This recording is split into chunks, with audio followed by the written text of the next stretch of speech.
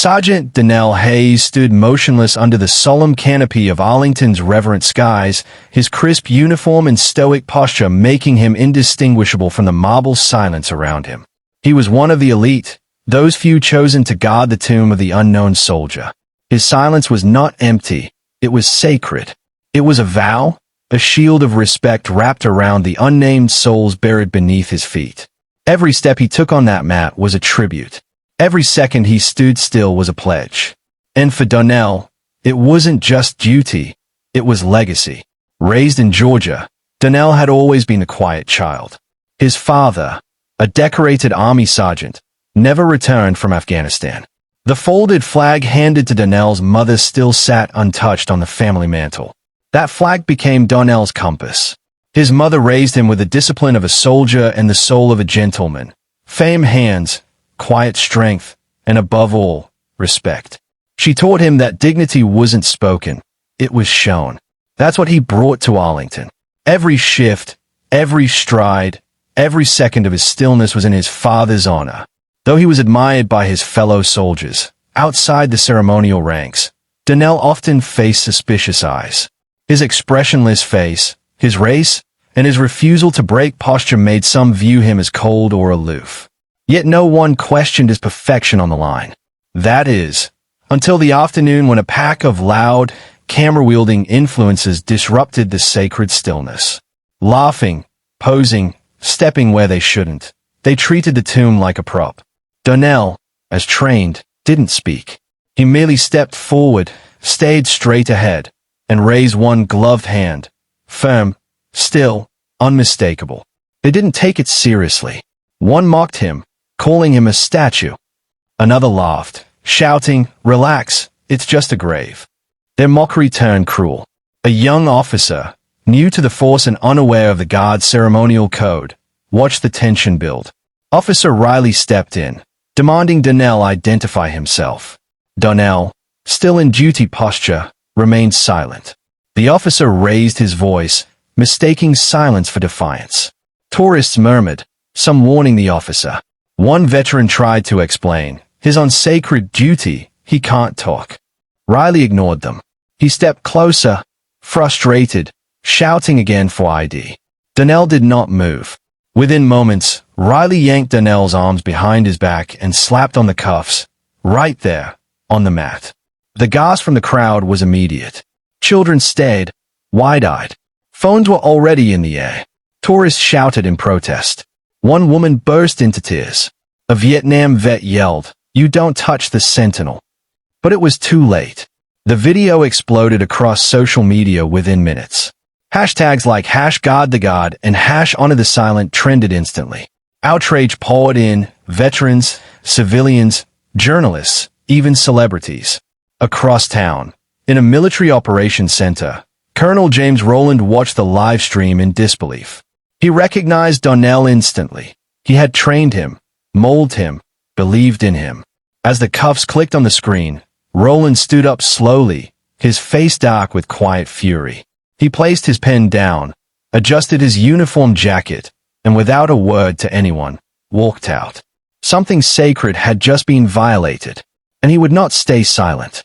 Colonel James Rowland's car cut through the streets of Arlington like a missile on a mission. His jaw clenched, eyes laser-focused. In his decorated career, 3 decades of command, combat, and crisis, he'd seen a lot. But nothing burned quite like what he had just witnessed. A tomb guard, his own protege, Sergeant Darnell Hayes, humiliated and handcuffed while performing one of the most sacred duties in the military. The colonel's hands gripped the wheel tighter as the police station came into view. This wasn't going to be a conversation. It was going to be a reckoning. Inside the Arlington Police Holding Facility, Darnell sat silently in an interview room. Not defeated, never that, but calm, composed, staring ahead as though still on duty. His wrists bore faint red marks from the cuffs, but he didn't flinch. To him, speaking now would betray everything he stood for. Until officially relieved from post in his heart, he would not break the silence. The spirit of the unknown watched through him, and he wouldn't speak until he had been fully restored. In the front office, Officer Riley sat with a bored expression, clicking his pen as he filled out the arrest paperwork. To him, it was just another incident, a non-compliant man in uniform, refusing lawful orders. A few tourists had made noise, but Riley was convinced he'd done his job. It's not like he was guarding the president, he mumbled. Another officer, older and more experienced, leaned against a wall nearby. He had served a tour before joining the force. Watching Riley scribble, he shook his head and muttered, "You don't touch a tomb guard. Ever." Riley scoffed. He didn't even respond. Didn't say a word. He wasn't supposed to. The older officer replied coldly, "You messed up." Just then, the double doors slammed open. All heads turned. Colonel James Rowland entered in full dress uniform, the clink of his medals echoing with every step. His presence was thunder in human form, calm, loud, and impossible to ignore. He strode to the front desk, set down his military ID and credentials with the force of judgment itself. His voice was low, but sharp as steel.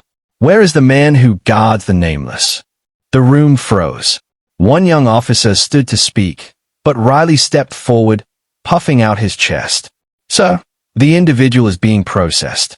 He refused to comply. Rowland's eyes locked onto Riley's with a look that had broken lesser men in combat. "That individual is a sentinel of the tomb. He speaks not out of defiance, but out of honor. Your ignorance just desecrated the most sacred post this country has." Riley tried to explain, but Rowland cut him off. "You put your hands on a soldier fulfilling sacred duty, on American soil, without understanding his oath, his posture, or his silence. That's not just incompetence. That's disgrace." The room remained silent as Rowland leaned forward slightly. "I'm invoking Title 10 of the U.S. Code. If that soldier is not released immediately, I will contact the Department of Defense, the Secretary of the Army, and the Secretary of Homeland Security, and this facility will answer to them all." Riley flinched.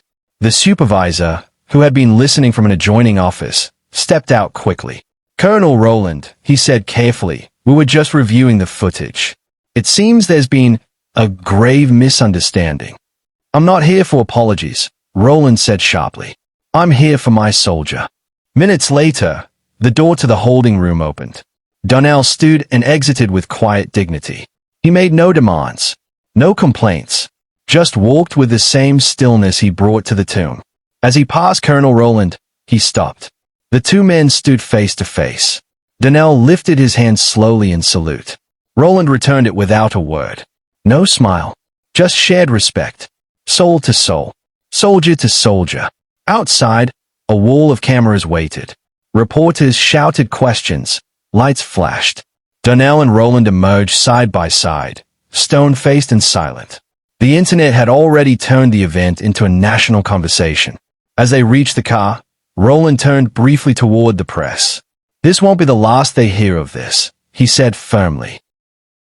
And with that, he opened the door for Darnell, and the two drove off, one man carrying the silence of the dead, the other now speaking for them all. The hearing room was packed, rows of folding chairs occupied by civilians, veterans in uniform, Gold Star families clutching photos, and a battalion of media personnel armed with cameras, boom mics, and headlines waiting to happen. The city had no choice but to hold the disciplinary hearing in public after the viral footage sent shockwaves across the country. Tomb guard arrested on duty had become not just a headline, but a symbol, a lightning rod for the nation's conscience.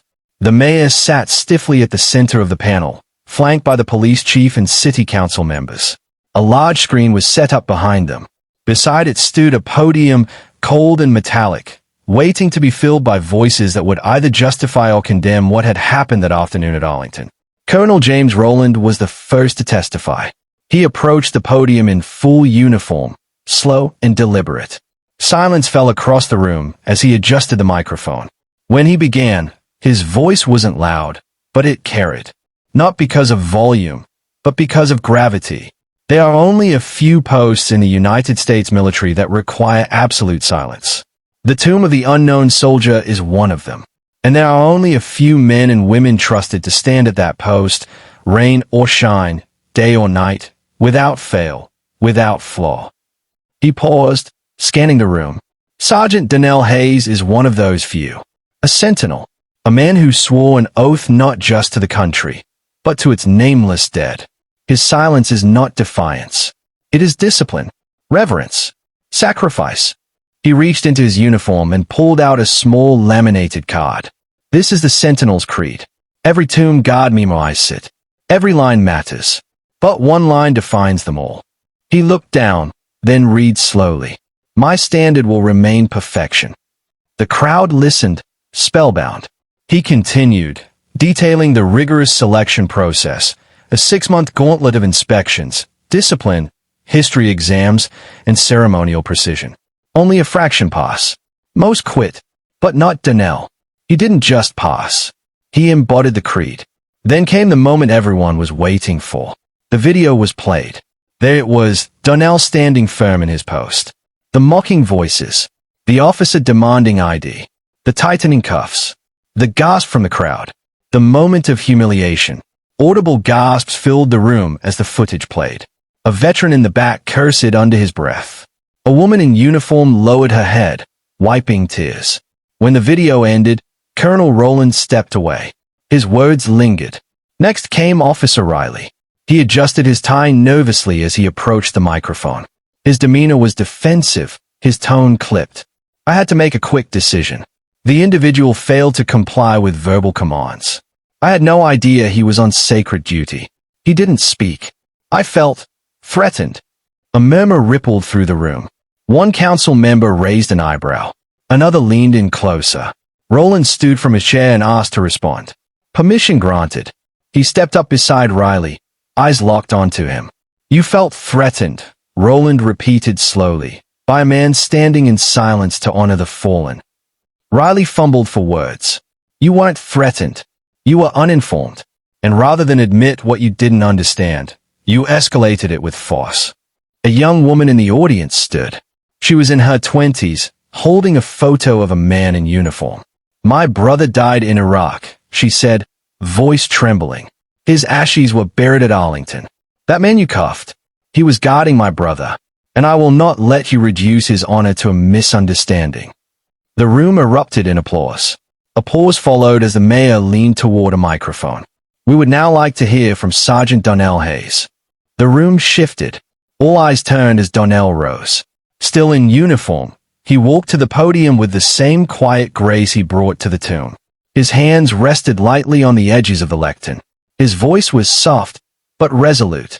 I am Sergeant Darnell Hayes. I took an oath to serve, to protect, and to honor those who gave everything and received nothing in return. The unknowns, the lost, the buried without names. He looked directly at the panel. I stood for the nameless. I will not be dishonored by ignorance. The silence that followed was total. Then the applause rose, first slowly, then all at once. Veterans stood. Mothers cried. Even members of the panel clapped. After brief deliberation, the committee rendered its decision. Officer Riley was found guilty of misconduct, abuse of authority, and cultural insensitivity. He would be suspended without pay, required to complete training on military protocol, and issued a formal apology to both Darnell and the Tomb Guard Regiment. But for many in the room, no punishment could undo what had already happened. Still, something deeper had been restored. A respect not just for a man, but for the silence he stood for.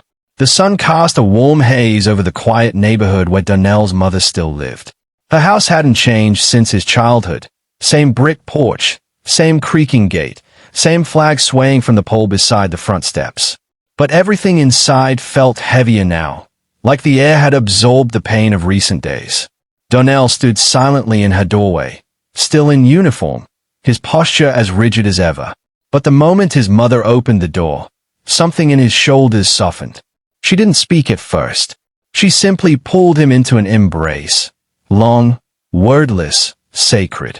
The kind only a mother could give. I saw it, she whispered into his chest. All of it. They sat at the kitchen table, the same one where Darnell had eaten cereal before school as a child. The same one where his father once unfolded military maps and told stories of honor. A folded flag sat encased in glass by the window, the one handed to them when Sergeant Major Hayes was brought home in silence. I remember the day they brought your daddy back, she said softly. Full honors, 21 guns, the works. But 2 days later, I watched a man in the grocery store refuse to shake my hand because I was a black woman who raised a soldier. And your daddy, God rest him, once got denied service in uniform right here in Virginia. Called a credit to his race and told to eat in the back. Darnell looked down, jaw tight. She went on. You think this is new? Baby, this country has always praised the war, not the warrior, especially when the warrior looks like you. Later that afternoon, Darnell drove to Arlington Cemetery alone. He walked among the rows of marble headstones until he reached a quiet wall, etched with hundreds of names, some carved deep, others faded by time. He stopped at one in particular, Sergeant Major Elijah Hayes. Darnell placed a hand on the cool stone. His fingers lingered, tracing the letters like braille. He closed his eyes. The silence was deafening, but not empty. It was full of memory. Footsteps approached behind him. Colonel Roland stood a few feet away, hat in hand. Thought I might find you here, he said quietly. Darnell nodded but didn't turn. The colonel stepped beside him, gazing at the name. Your father was one hell of a soldier. I didn't know he was buried here. He is. No statue, no medal, just this. They stood there together for a while, no need for words. Then Roland broke the silence. I ever tell you about Sergeant Calvin Brooks? He asked. Darnell shook his head. First soldier I ever commanded. Tougher than iron. Smart. Brave. But he never made it past sergeant. Passed over for promotion 5 times. Never got the commendation he earned in Iraq, because someone higher up said he was too intense. What they meant was too black, too proud. Darnell turned, watching him. Roland's voice grew quiet. I didn't speak up. I was young, scared of rocking the boat. I regret it to this day. There was a long pause between them. I won't stay silent this time, Roland continued. Not for you. Not for him. Not for any of them. The 2 men sat on a stone bench near the tomb. In the distance, tourists walked by quietly, unaware of the conversation unfolding between history and conscience. People think the tomb is just about the unknown soldier, Darnell said. But it's bigger than that. It's about the known ones too. The ones whose stories we don't teach, whose faces don't make it into history books. Roland nodded. You're right. It's not just about honoring the unknown. It's about making sure none are forgotten, whether they have a name on a grave or not. A new resolve sparked between them. In that moment, they made a quiet pact, not just to protect the dignity of the tomb, but to amplify the voices of all soldiers whose honor had been overlooked, erased, or ignored. Roland took out his phone and made a call. Then another. Then 5 more. By the end of the week, he'd spoken to military historians, veteran advocacy groups, and national journalists. He pitched interviews, documentaries, op-eds. He titled the campaign, The Silent Post, What America Forgets About Those Who Guard It. He included Darnell's story, his silence, his restraint, his oath. The first article ran in a major national newspaper. The headline read, The soldier they cuffed was guarding the dead and carrying the weight of the living. The silence was broken. But this time, it wasn't a protest. It was a reminder, a reckoning, a resurrection. The vaulted ceilings of the U.S. Capitol seemed to echo with a tension older than the stone they were built from. The Senate Veterans Affairs Committee convened in room 226, where politicians in sharp suits and polished shoes leaned back in their chairs, awaiting the next testimony. The air was thick with formality and fatigue. Most had sat through hours of policy debates, statistics, and bureaucratic posturing. But the next witness was different. The next witness didn't come with numbers or slides. He came with silence that had once been misunderstood and now demanded to be heard. Colonel James Roland entered the room first, walking slowly down the aisle in his military dress blues, then sat at the designated witness table. Beside him came Sergeant Darnell Hayes, dressed in his formal ceremonial uniform, perfectly pressed, every button aligned with precision. His shoes were so polished they reflected the chamber lights. The room quieted. The chairman of the committee, a seasoned senator with a veteran's pin on his lapel, adjusted his microphone. We welcome Sergeant Hayes Tomb Sentinel, and Colonel Roland, United States Army, retired. The floor is yours. Roland offered a respectful nod, but didn't speak. He placed his hand briefly on Darnell's shoulder and leaned back. Darnell straightened his spine and began. Senators, he said, his voice firm and even, I am Sergeant Darnell Hayes. I have stood guard over the tomb of the unknown soldier for 5 years. I have done so in 100-degree heat, through storms, snow, and nights when no one was watching. I have done so without speaking, because my silence is sacred. Because my silence protects something too heavy for words, the memory of those who never came home. Some senators looked down, others shifted, still unsure of the gravity. He continued, recently, I was handcuffed in uniform while performing that duty. Not because I resisted, not because I broke the law, but because I remained silent, as I was trained to do. Because the officer did not understand what I represented. I was cuffed not as a man, but as a symbol, and in doing so, the memory I stood for was cuffed with me. He paused, then held up a photo, an image of a tomb guard in the rain, standing resolute. This is what we do, day after day, year after year. We do it for soldiers whose names we do not know, for families who never received closure, for the ones who gave everything and got silence in return. He clicked to the next photo, a black tomb guard from the 1970s. This man, Darnell said, was denied media recognition because of the color of his skin. He guarded the same tomb I do. He stood in the same silence. But his story was never told. A senator from across the aisle interrupted gently. Sergeant Hayes, with all due respect, some have questioned whether this incident warrants legislation, whether this was an isolated misunderstanding. Darnell looked directly at him. With all due respect, Senator, this wasn't just a misunderstanding. It was a mirror, a reflection of how poorly we educate those in power about the cost of service, and how quickly we dishonor the honorable. He turned back to the committee. The proposed bill includes a provision to require police departments to receive training on military traditions and sacred sites. I support it, because no one with a badge should ever confuse discipline with defiance again. His final words rang out like a verdict. We stand for the fallen so they are never forgotten. But when you cuff the one who honors the forgotten, you dishonor them again. A silence fell across the chamber, not the polite silence of politicians, but the kind that came from being genuinely moved. Darnell continued, softer now. Respect is not requested. It is expected, especially from those who wear a badge. He stepped away from the podium. Roland stood beside him, eyes forward. The committee recessed for 20 minutes. When they returned, the room felt changed.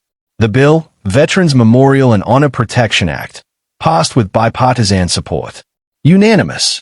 Later that afternoon, Darnell was presented with a congressional commendation for civil defense of military honor, the first of its kind ever awarded to a tomb guard. His mother was in the audience, tears in her eyes. Veterans from across the country stood and saluted. Reporters flooded the hallway. But Darnell didn't stop for interviews. He simply placed the commendation in his bag, adjusted his cuffs, and walked out the Capitol doors, still silent, still standing. The morning air at Arlington was still, wrapped in a soft mist that clung to the stone and trimmed the grass in silver. The tomb stood quiet, untouched, eternal. But the silence today felt different, richer somehow. Not just reverent, but aware. The echo of footsteps approached along the ceremonial mat, slow and measured. Then, from the archway, emerged Sergeant Darnell Hayes. His uniform was flawless, his gloves immaculate. Each step was a metronome of honor, his posture upright, movements crisp and sacred. The world might have seen him humiliated, but the tomb never flinched, and neither did he.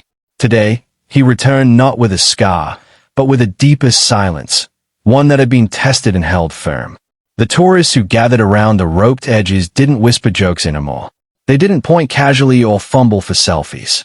Now, they stood taller, straighter. Some even removed their hats, unprompted. The viral moment had made them witnesses to something deeper than tradition. It made them students of sacrifice. Near the perimeter, a young cadet stood in dress uniform, eyes wide, shoulders tense with awe. He had been assigned to shadow the post for a leadership program. As Darnell passed by, the cadet whispered, just loud enough to be heard, "Sergeant, does it still hurt?" Darnell paused only for a breath. His gaze never wavered from his path. But his answer came low, steady, and sure. "Not when I remember who I'm standing for." The cadet nodded, a small smile curling on his lips, the weight of the moment settling into his young bones. Minutes passed. Darnell continued his walk, heel to toe, in that sacred, precise cadence that honored the nameless. And then, as if scripted by fate, a group of schoolchildren arrived with their teacher. They stood in a neat row, watching silently as Darnell paced before the tomb. Their teacher had briefed them on what it meant, what this post stood for. One child, perhaps 8 or 9, stepped forward slightly, his little hand raising in a hesitant salute. The gesture was imperfect, his fingers bent, his arm angled too low, but his face was full of sincerity. Darnell's eyes met his, and then, almost imperceptibly, he gave the child the faintest nod. It was not part of the script. It was not part of the duty, but it was everything. The moment passed. The march continued. And though the world had once dared to question his silence, it now stood quietly, gratefully, beside it. The afternoon sun spilled gold across the marble grounds of Arlington, casting long shadows beside the tomb of the unknown soldier. A quiet crowd had gathered, not for a ceremony of fanfare, but one of reverence. Beside the main tomb, a small new monument now stood, polished granite, subtle but eternal.